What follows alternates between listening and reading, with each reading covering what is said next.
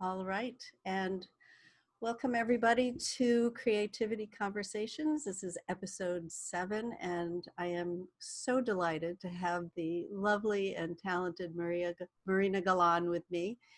And for those of you who haven't been on this call before, I wanted to do this series because so many people think creativity is a talent that is reserved for the artistic. And I've discovered, and have many of the people on this call also discovered, that creativity is who we are and it's part of our nature. So that's what we're going to talk about today. And Marina, I'm going to read your bio and we'll just see what happens after that. Marina is a coach and consultant in Mexico who works with individuals, groups, and organizations all over the world. And she writes, in the journey to find something that would help people not only improve performance in every area of life, but that would actually help them have a richer and deeper experience of it, I came across a simple yet profound truth about human beings and realized that the main reason why we struggle is that we don't fully understand how our experience of life is created and therefore have no clear idea of how to improve it. Few people realize that our mind is naturally oriented towards well-being, creativity, and success. Even fewer have come to develop a close, fruitful relationship with it. Understanding our mind, knowing how to align with it and its infinite resources, allows us to explore the very depths of our true potential and consequently experience a more vibrant, engaged, fulfilling life. So you offer so many things to people. You offer coaching, mentoring, training, consulting, even mediating. So how about if we just start by taking a look behind the curtain, so to speak? And first of all, what is it about the mind and our experience of life that lends itself to creativity?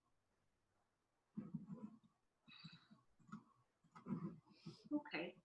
Well, first of all, having me here. Thank you for the invitation. I am enjoying it very, very much already. The finding of the unknown. So, what is it about the mind and creativity? To me, creativity is an absolutely natural and unstoppable process. Like, we cannot escape it. We are always, always, always creating. And somehow it sounds to me like, you know, the world has created this idea of creativity as a specific thing out there that you can get to and you can become good at and you can exercise and you can exploit.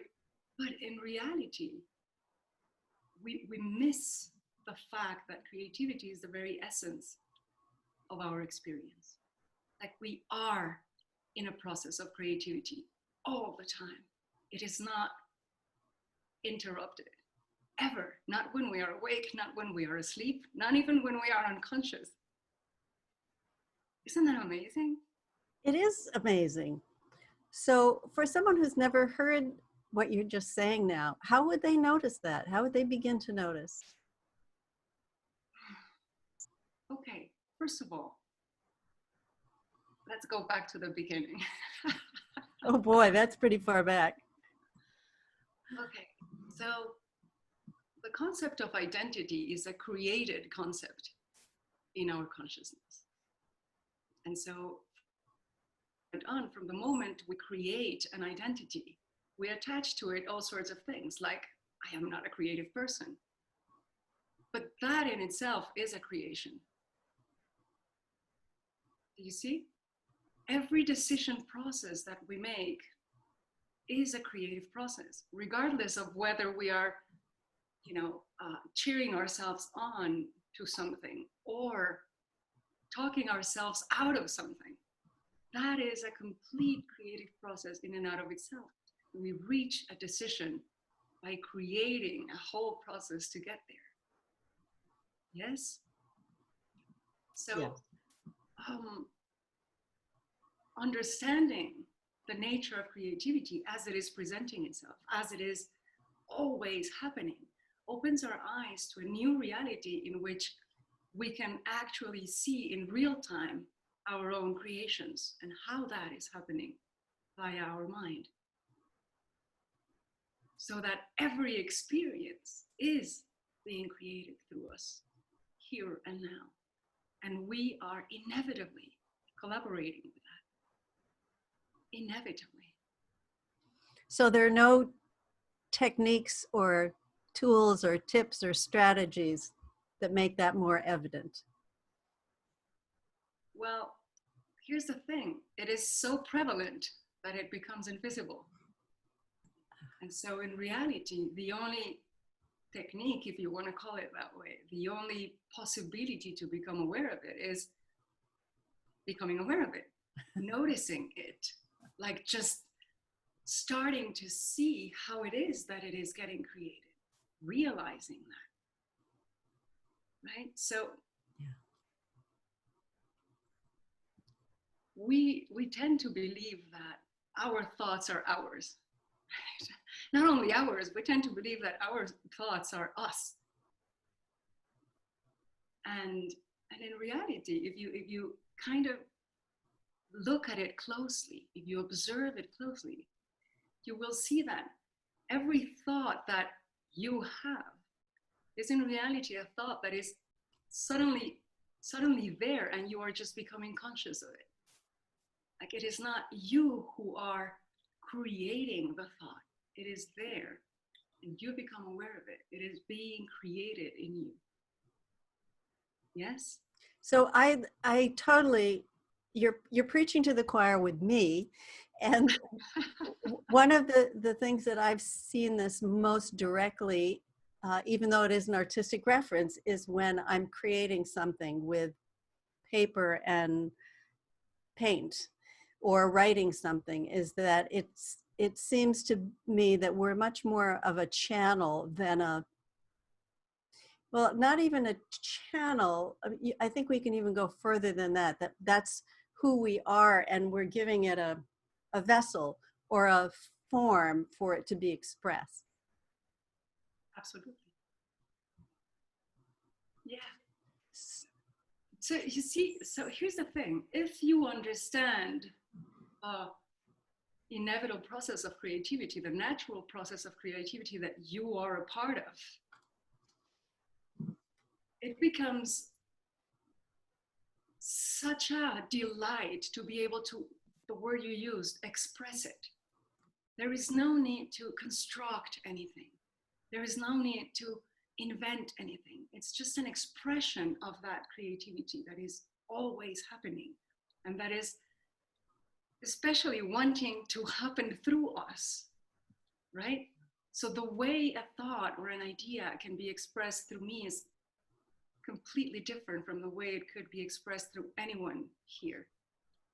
So that in the creation process, we inevitably taint the creation with what is unique in us. So I have a question here. What's the difference between tainting it and flavoring it? Do you know what I mean? No, I'm not sure I do. Okay, so tainting it to me has a negative connotation. Oh, there you go. Like a filter. I mean, and a flavor is the Marina flavor or the Nina flavor. And it's not necessarily bad, it's just our way of expressing. Of course, it's not necessarily bad. I think it's interesting that you mentioned that taint, given that it's a completely neutral thing, has a negative connotation to you. So you see the flavor? Yes, exactly. I'm the guinea pig. Yeah. So it's Yeah. you can call it whatever you want. You can call it tainting or flavoring or infusing it even, right?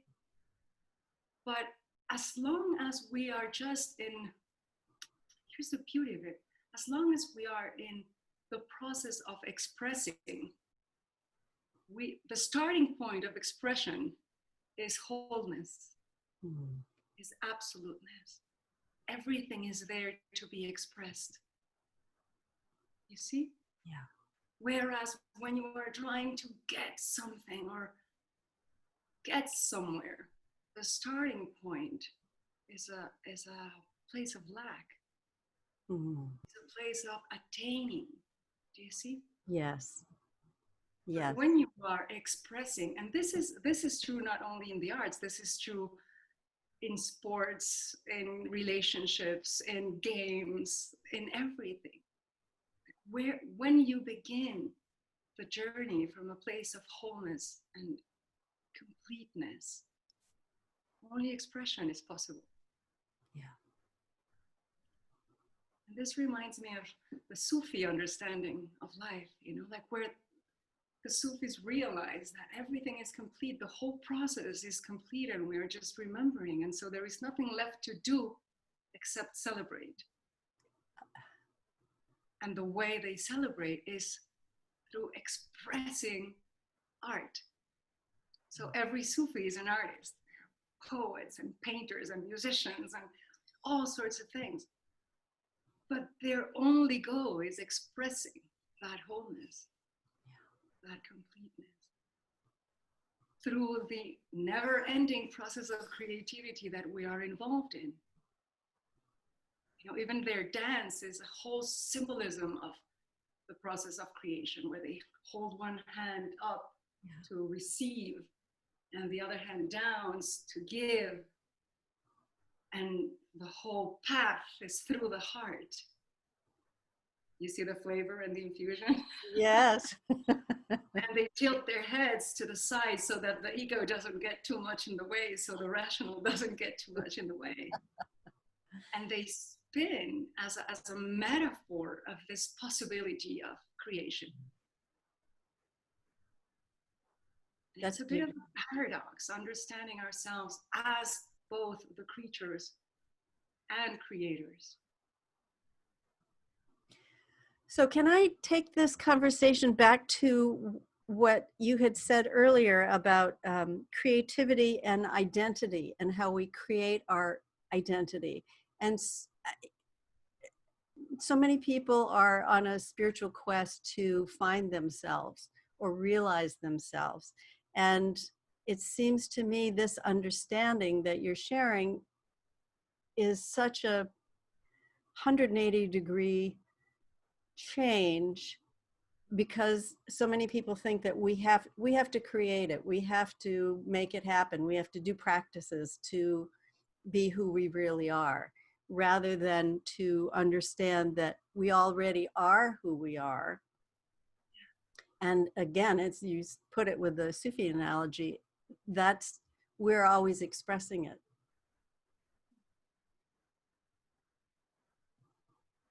So you see, who we really are is prior to identity. Identity is our first creation. And from the moment of that creation, then even our perception of life and the world is somehow filtered through that eye, through that first creation of identity. But if you look at the development of any human being and you go before identity, you will see that there is experience happening, there is emotion, there is expression, there is creativity. All things are happening already. But then identity is created. And then every experience starts becoming attached to that identity. But identity is just a story. It's the story that we tell ourselves about who we are. But that's all it is. There's no solidity to it. Like right now, identity only exists in your mind. That's it. So stop the search, stop the identity creation, and see what's really there. Well, I wish it were that simple. I wish it were that simple, Nina, but here's the thing. Creation of identity, creation of concepts, creation of belief is not preventable. It happens. And we only become aware of it once it has happened. So we cannot prevent it, right? But we can become aware of it and then give it away. Yes? So it all comes down to becoming more conscious, noticing more. Well, yeah. That is why consciousness is the big game changer. Noticing more what is happening as it is happening. You know, you start catching on to it faster. I was recently part of and at least a couple of people here have heard this story, but I was recently part of a conversation about forgiveness. And as we were gathering, we were asked, everything you already know about forgiveness, please don't bring it to the table. Every experience you already had about forgiveness, just leave it out. Let this be a completely creative exploration, right? So everybody was kind of quiet and not really knowing what to say. And so we had to wonder, you know, like, well, if forgiveness isn't what I know about it, what could it be? What else could it be? And the exploration began, and people started, you know, dropping all these amazing ideas that were coming to their minds. And we were all so excited, like seeing this concept come to life before our eyes. And it was mind-blowing, you know, forgiveness as an interpersonal thing in which we were guiding each other. It was beautiful. And after the conversation was over, I found myself, you know, the rest of the afternoon revisiting my life through a new understanding of forgiveness and saying, oh yes, that makes sense. That was absolutely beautiful. And now I could, and at some point, I saw it. I saw that my mind was creating a new concept about what forgiveness was. And I laughed at myself because I realized that if I kept it from then on, that would need to be my experience of forgiveness. And if I was having a different experience, I would not be able to call it forgiveness.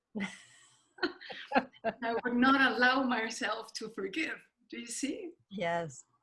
And so I thanked my mind for the beautiful process it was bringing, but I gave away the concept immediately. And in that moment, I realized that every single experience of forgiveness I have had in my life has been completely different to the next one. Completely different. And I realized that forgiveness, like pretty much everything else, is something that can only happen now. And it requires radical presence. If you give away all your concepts, all your beliefs, everything, and you just become present to the moment, you will read the moment in a completely different way. And the moment will inform your wisdom how to deal with it. And so your wisdom will guide you through the moment in the most elegant, gracious, beautiful way possible. Mm-hmm. But there is a need to give away, cleanse ourselves of our concepts, of our beliefs, of becoming empty so that the new can come through us. So there's that image of the Sufi with the taking in and the the letting go at the same time. Yeah. Yeah. I'm remembering a story now. My cousin heard there was an amazing, very old carpenter hidden in the Mayan jungle. And she went and got a piece of wood and brought it with her, took it to the carpenter and asked him to make a table. But she wanted the table, like this and like that, and this were the measures and this was the shape. And the old carpenter smiled at her and said, "Thank you, come back in a couple of weeks." And when she came back, she found a completely different table, and she was really upset. Like, what the hell? This is not the table I asked for. And the Mayan carpenter smiled and said, "No, this is what it asks for."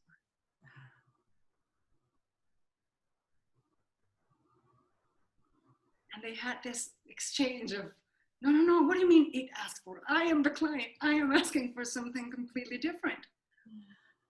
And the carpenter said, "Well, if you wanted a table like that, you should have brought me a piece of wood that asked for that." You see? That's perfect. But do you see the radical presence of the carpenter? Yeah. Sitting in absolute conversation with the piece of wood. Yeah. To reach a much deeper understanding of what was possible, of what wanted to come through, of what wanted to be created through him and this piece of wood coming together. But we go back to that. Empty yourself of concepts. Become absolutely present. And see what it asks for. Yes. It being the table, the piece of wood, the person in front of you, your partner, your art creation, or whatever. Just become fully present. And here's the thing, when we become fully present and empty, it's very confusing to the rational mind, because the role of the rational mind is to control and plan, and keep you safe. So we are very drawn to that sense of safety that can bring the known to the rational mind. But if you observe, again, the development of a human being, you will see that we are perfectly designed to thrive in the unknown. Like, look at a baby. They know nothing. They are in absolute trust of life and the universe and whoever is in front of them. And they thrive. They are just completely empty and exposed and happy. Yeah. They are in experience of the essence of well-being. We are explorers by nature. But the nature of exploration is not in the realm of the known. It is, by definition, in the realm of the unknown. And that is where we thrive. We just don't know it. And so we exchange that for the comfort of an illusion of control from the rational mind. Yeah. We limit our life until we are only in relationship to concept and not in relationship to life. Yeah. And so we are so constrained that we become bored suddenly. And, we live, the persons, that's sort of the persons around us, we are not present to them. We have an idea of who they are, and that is what we are in relationship with. Yeah. And then when we do something completely out of that, we get upset and we get mad, and this is so unlike you, and what about my expectations? Yeah. No, this person in front of you is not the same person that was in front of you last week. Just like the tree outside your window is not the same tree that was there last week. But you have entered a relationship with a concept and not with life. You have lost presence. And you have lost your freedom in the name of an illusion of control and comfort that is on top of that, not real. It's such a a wonderful exploration that you're sharing with us. And, you know, we can see it so much around us where everything becomes transactional. It's a checklist. It's not alive. And I think only when any of us get to the point where we're saying, really, is this it? Is this all that's here for me? That can be the springboard into a whole new way of living life, and realizing that all of the baggage that we've been carrying with us, all the way we thought things should be or people should be or behave, is irrelevant, and it's getting in our way of allowing that question of what wants to come through, what wants to be expressed, which are two of my favorite questions. Absolutely. But you see, so concepts cannot be expressed because they're dead already. They are fixed already. Yeah. So how can that come to life in a creation that needs to happen now? It can't. It would be just a repetition of a repetition of a repetition. Right.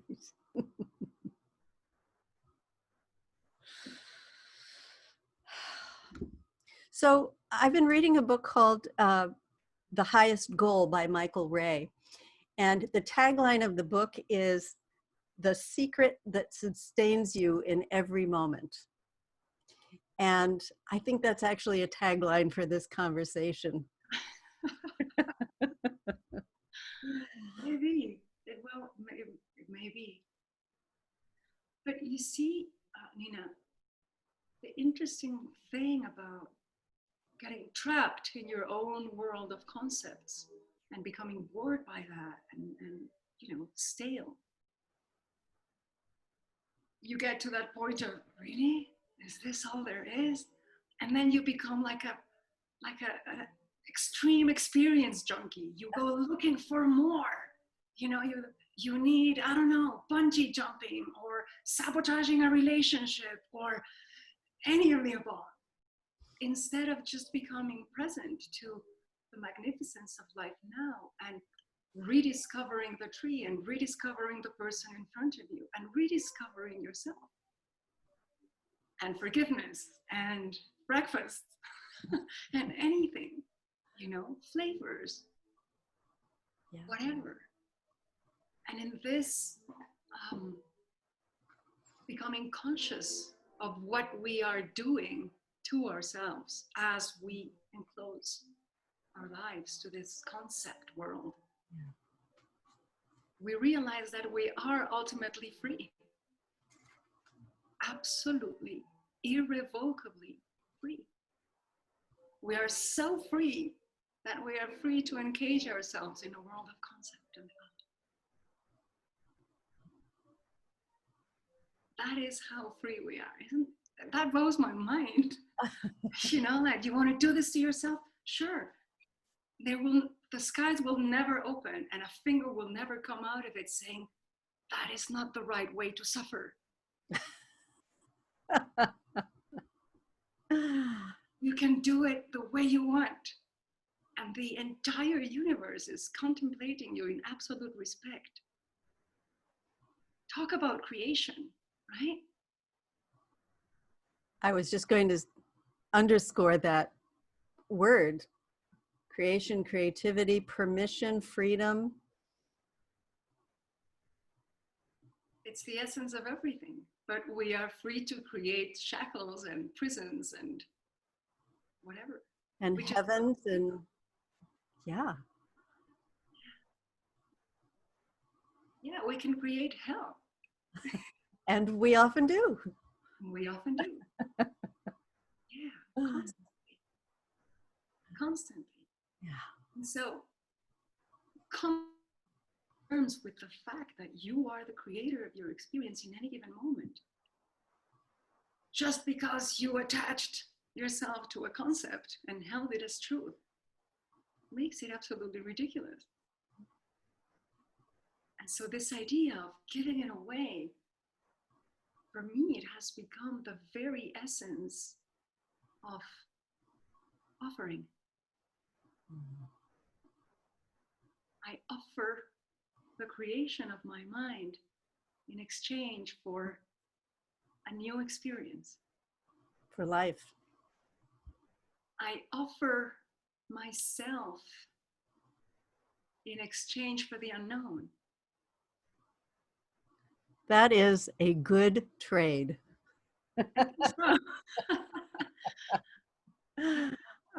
And think about it. And I was discussing this yesterday with someone. Everything you know has gotten you here, but it can't take you any further. If you want to go further, you have to look at what you don't know. And the best way to do that, truly, fully, is to let go of what you know. Because otherwise, what you know becomes the filter through which the unknown can touch you. Yeah. Through which life can touch you. And we are missing so much through those filters, those unconscious filters.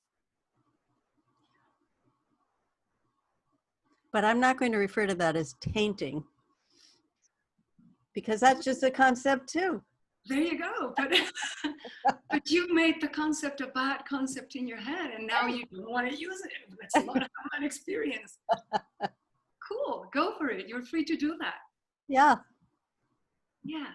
But hey, you, in potentiality, you hold every possible experience of tainting anyone has ever had in the history of humanity or will ever have. Don't attach to one. Why?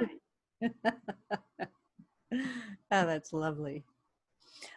We are about halfway through our call, and what I'd love to do is open the conversation up to anyone who is listening. And we have you muted at the moment, so if you raise your digital hand by going to the participants box, you'll see an opportunity where you can raise your little blue digital hand and we'll call on you. Come on, the expressions. That's it. Okay. Gary. I couldn't sit here and hold it in concept. I had to say it. I had to say it before it became a concept.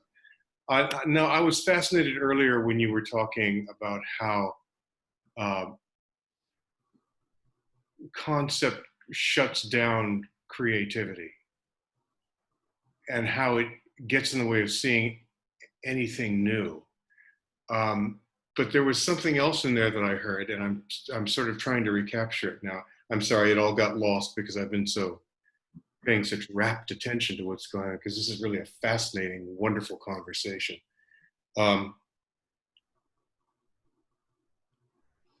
Yeah, I know what it was, that we value the output of creativity, the product, so much that we devalue the process, and the process is all that's valuable.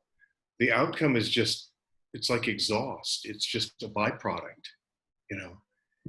But we The outcome you can give away. Pardon me? The outcome you can give away. Yeah, yeah. Which reminds me of a quote I heard in a movie. It was a movie with Omar Sharif. He was playing, when he was an old man, he was playing a shopkeeper, and he was playing a Jew, even though he's an Egyptian or was an Egyptian. And he had a relationship started with a little boy, a Palestinian boy, who came and stole from his shop. And they became wonderful friends, and then like a father and son. It's a lovely movie. And at one point, as a lesson, he tells the boy, what you give away is yours forever. What you keep is lost. And that just got seared into my brain. I just love that. It's the thing I remember most about the movie. And that's kind of what you were talking about to me. I just love that. It's a beautiful quote. I love it. The thing is that, and I'm going to underscore this again, you know, the process is so prevalent because it is always happening. We miss it. And so we become enamored by the product, by the outcome. And that's what we want to keep, because that is our creation. You see? And take businesses, for example. They get so caught up in their heads about the vision. right? And we have to have a clear vision. And they miss the fact that the vision is not in the object seen. It's in the capacity of vision. That is the vision. But if I am going to, grade the quality of my vision according to the object seen, I am missing the point. And by judging the whatever's being created, you're squelching it. You're cutting off its life. If you're judging it while it's coming out. Absolutely. I've found myself doing that, and then, well, why am I doing that? I'm trying to give something birth and kill it at the same time here, you know? Absolutely. I was reading a poem yesterday that said that the eye is the loneliest creation because it doesn't hold anything. It is always empty. And I love that, because to me, it's not empty at all. It's just, that's where the good stuff is happening. Yeah. Yeah. Thank you, Carrie. Thank you. Like next up is Martin. Hi, Martin.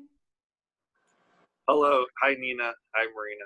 Thank you guys so much. And I was emailing Nina earlier this week, and the way that she described you, Marina, I haven't met you yet, but she told me to get on the call because you're easy to fall in love with. And I thought that was just a great way to describe it. And this conversation has proven that she was definitely right. That was a great conversation. I'm glad you think so, Martin. I'm glad I didn't disappoint you. No, not even a little bit. What I found that was so interesting was when you said the person you see in front of you is not the same person you saw last week or the week before or whatever. And I feel like when you talk to people, the response to like, how are you? They're always, a lot of people just say, oh, like the same old, or, something along those lines, like nothing new and exciting. And now I feel like the way that you were talking, that's just such a terrible way to look at things. And I feel like I can't say that anymore. You can't. I see marriages, like, I'm so disappointed. He's not the guy I married anymore. Well, of course not. You're not the same person either. Thank God. Right? But it's in the discovery of who we are becoming, of who we are right now, that we can again fall in love and have a completely new experience of the person. But again, it requires radical presence and letting go of everything. Because if I understand people with dark eyes as enemies, my experience of you, Martin, would be of fear and rejection and, be very aware, be very alert. But I would miss the fact that it is my belief that is creating my experience of you. My belief is my process, is engaged in my process of creation of experience. And that makes presence really difficult. It interferes with presence. It interferes with being here and now.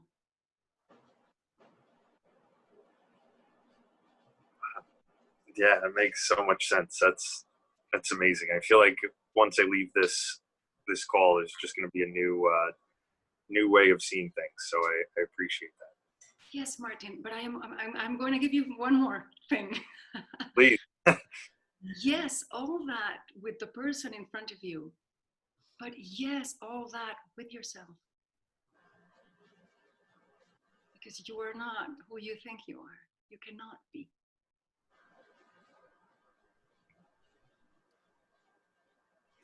Wow. So how do you look past that identity? That's just like crazy. I don't know how to do that. Yeah. Well, here's the thing. Concepts and beliefs and stuff are like leprechaun. They run away if you stare at them for long enough. Yeah. Yeah. So I'm going to share with you how I teach this to little kids. Is that okay, Martin? Please. Okay. I bring a ton of Lego bricks, and on every Lego brick I write something like handsome, or ugly, or well-behaved, or bad-mouthed, or anything, shy. And I ask them to build themselves, so that later on in the conversation, their identity becomes very visible to them. Yes.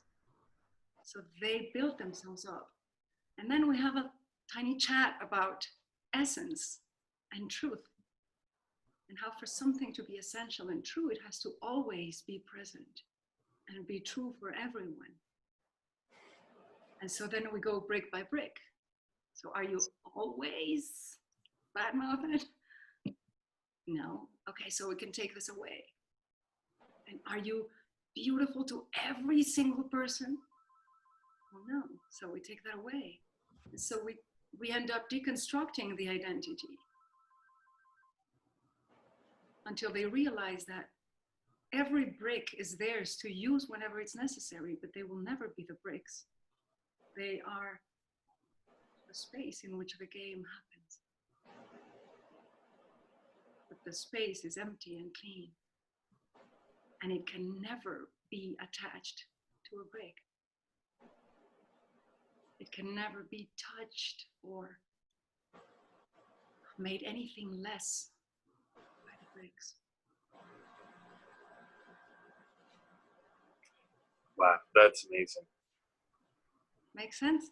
Yeah, absolutely. I love the way that you just said all that. Thank you. Cool. Thank you, Martin. That was fun. Thank you, Martin.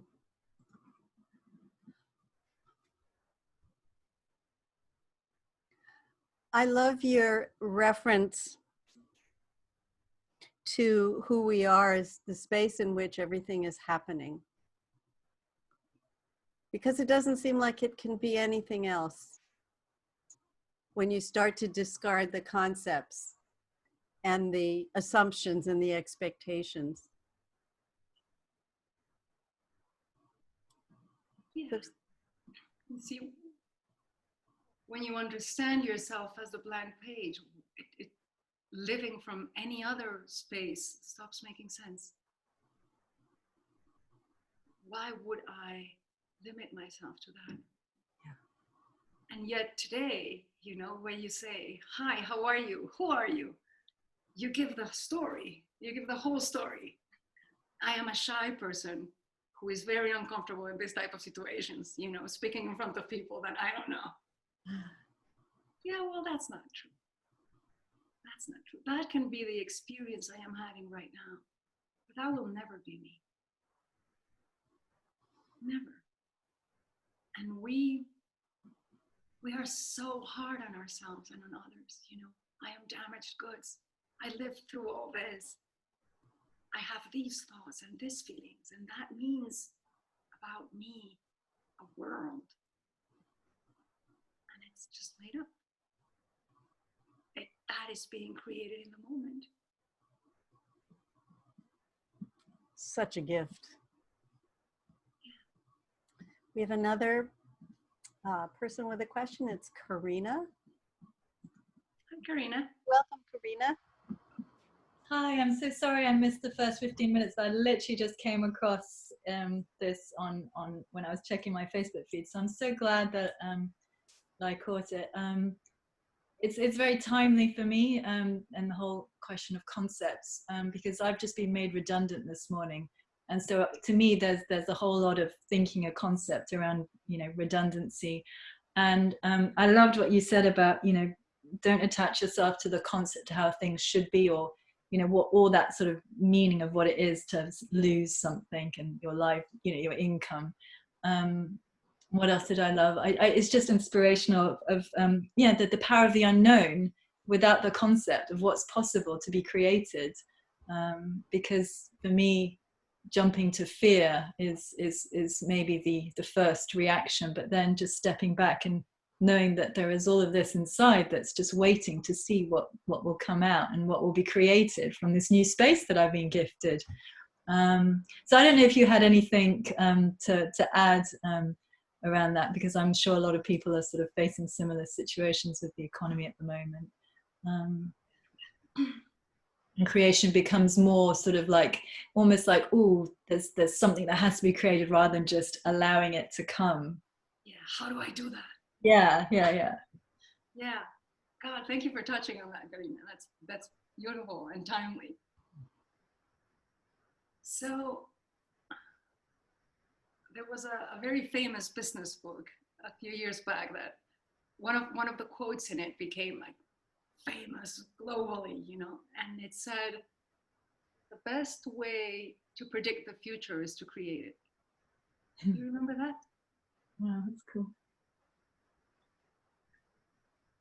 But we were never taught how to create the future. That's the whole thing.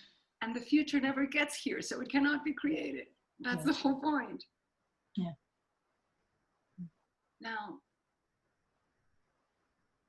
when we become radically present, like the carpenter in the wood, and we allow the moment to inform us, and then we allow ourselves to be informed by wisdom,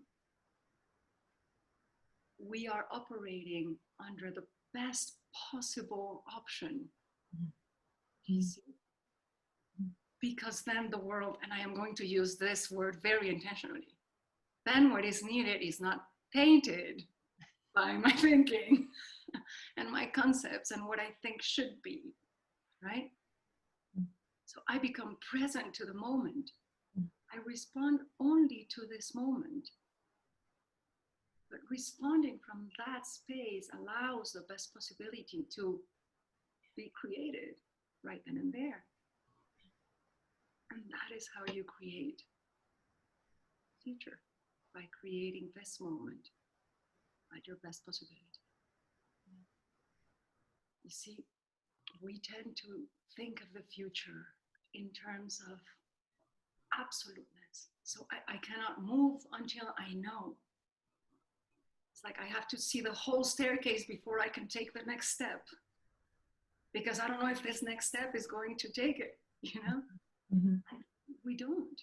We only have this. Life is like driving through a very, very dark forest with very low headlights. Like you can just see 2 meters away. You cannot see further than that. But that does not stop you from moving forward. Now, any idea that you make or you create or you invent or you project about the possible future is a map that may or may not be true, may not have anything to do with reality. And so you can have the map, but you need to be able to respond to the territory. We live in territories, and territories are ever changing, and they are always unknown. So yes, the mind will create the map. Let it offer it in exchange for the territory. Because otherwise, driving through the map becomes very, very dull. Yes. Mm-hmm. I was reading a story recently in which a bicycle rider was training for a very extreme competition, kind of like the Tour de France. And he trained like no one. And when the race began, he flew and left everyone behind. And he was so happy, enjoying the ride. And at some point, he was coming down this hill. And this was like the moment, right? He was just enjoying it, letting himself go. And then all of a sudden, a crane swoops down and flies in front of him. And he gets really scared and startled, and he stops. And he's so dumbfounded that every racer starts going past him. And so years later, someone is interviewing him and asks him, so what made you lose the race? And he says, I didn't lose the race, I left it. Because when I found that crane, that encounter with the crane opened something up in me that I had been searching for my whole life. That was my race. If I had known that what I was looking for had to do with cranes, I would have gone to zoos, not trained for a race. But wisdom talks to us in mysterious ways. So it puts the desire in us, you see, to go find the race, to train for the race. But it may have nothing to do with the race. So you can trust your efforts way more than you can trust your results. Yes? So in these times of uncertainty, where we are forced to realize that, oh man, the truth is that uncertainty is all there ever was. Like we never knew. We thought we did. We had a map. But we didn't know. And so we are forced with uncertainty. Come to terms with it. Look it in the eye. This is your companion in the journey. But you are perfectly equipped to deal with it. And not only deal with it, but thrive in it. Because you are informed by wisdom. And you are an expression of the wholeness and the possibility.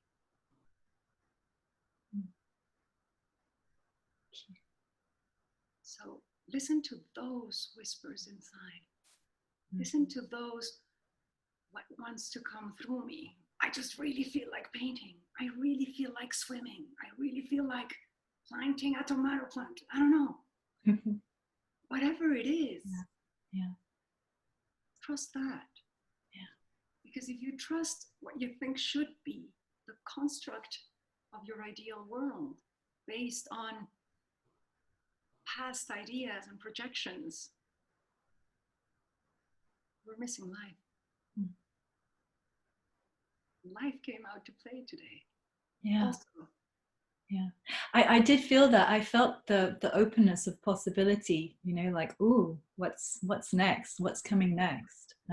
But then the mind goes in, oh, you've been used to, you know, a set income, and now, you know, and then the mind starts trying to play safe, limited with concepts. You should have a set income. Going on self-employed is uncertain. But yeah, well, you know. Stay before the but. Yeah. Before the but. Yeah. And also something else. We are so used to thinking of, you know, creativity and inspiration as positive movement. And we are only seeing part of it. Like, for example, this morning I was very inspired to rest. You see? But we don't see that as inspiration. We see that as a lack of inspiration. But it's not true. When we are called to rest, that is inspiration also. When we are called to stop, you know how waves are formed, how they gather up and they gather up and they gather. And that's all they do. They gather until they cannot gather no more. And then there is an expression of that gathering. When the shore makes itself present, when it's time. And we human beings, we go through stages of gathering and stages of delivering. You see, you cannot give birth before the whole process is done. You have to gather. You have to let it happen before it can come into the world. And if you bring it out into the world prematurely, it may not survive the world. And we are all so worried, especially in times like this of so much uncertainty, where there's, you need to know, what are you going to do? How are you going to do it? When? And we miss the part of the process in which we need to gather, we need to stop, we need to take in until it makes sense to bring out. Beautiful. It's all part of the process, isn't it? Again, it's back to that exploration, the adventure of it all, and the timescales are a concept, and we don't know, and it happens when it happens. Beautiful. That's really helpful. Thank you so much. So painters, when they're not creating, they spend their times in galleries and museums and stuff, right? Mm. I used to live with a painter, and it got really frustrating for me. Like, you're not working, we're going hungry. And it took me a while to understand that he was working. It was part of the process, essential part of the process.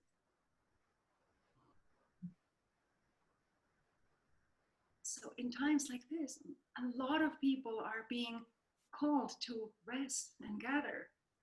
But because there is such a wrong connotation about it, we force ourselves out of that state prematurely.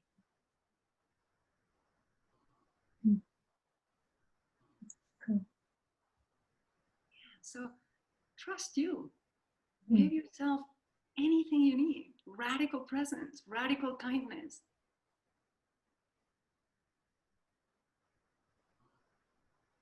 It's what we all need. Does that make sense, Karina? Does that answer your question? Absolutely, absolutely. And my reaction was very calm, peace of mind, and I just then noticed, oh, I shouldn't be, and so it's just like, oh, it doesn't matter, just stay in this wonderful place, because this is where we're most open. So all of that was so helpful just to be reminded of. And yeah, thank you. And that resting and that waiting for inspiration and cultivating. Yeah. Cool, really cool. Yeah, like this time, so many people are coming out of it saying, oh, I've realized this is not the job I want. What I want to do is, I don't know, teach kids, or no, this is,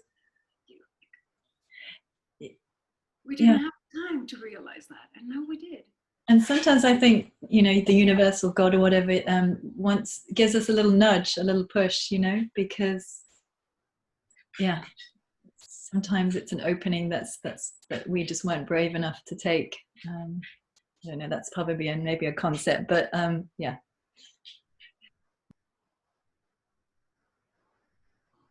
That's lovely. Thank you, Karina. I want to say one more thing, if I may. I know we're reaching about top of the hour, but It's just a concept. It's just a concept. Let's create more time out of nothing, suddenly.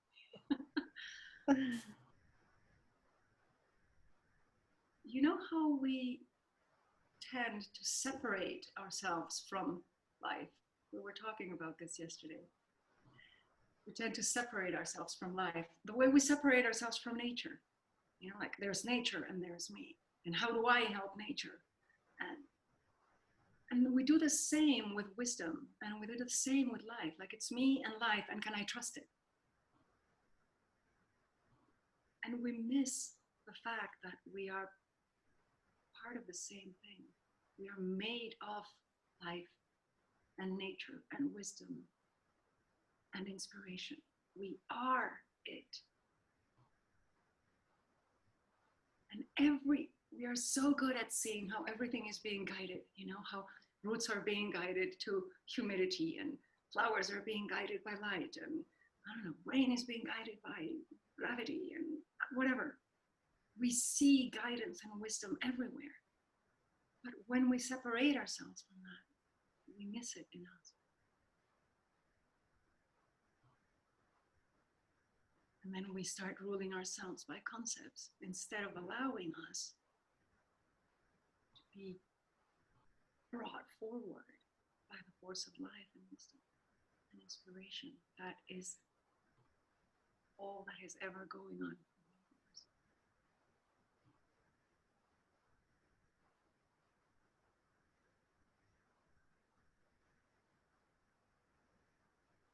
Perfect. So thank you so much, Marina. Where can people find you when you're not talking with me? They can find me in Queretaro. No, marinagalan.com. Marinagalan.com, they can reach me there. Lovely. Thank you so much. It's always a pleasure to spend time with you. Thank you so much, Nina. It's been a real treat. Very creative. This and this, or this. Tilt the head, tilt the head. Thank you, and thank you everyone for joining us. Bye for now. Bye, Karen. JJ.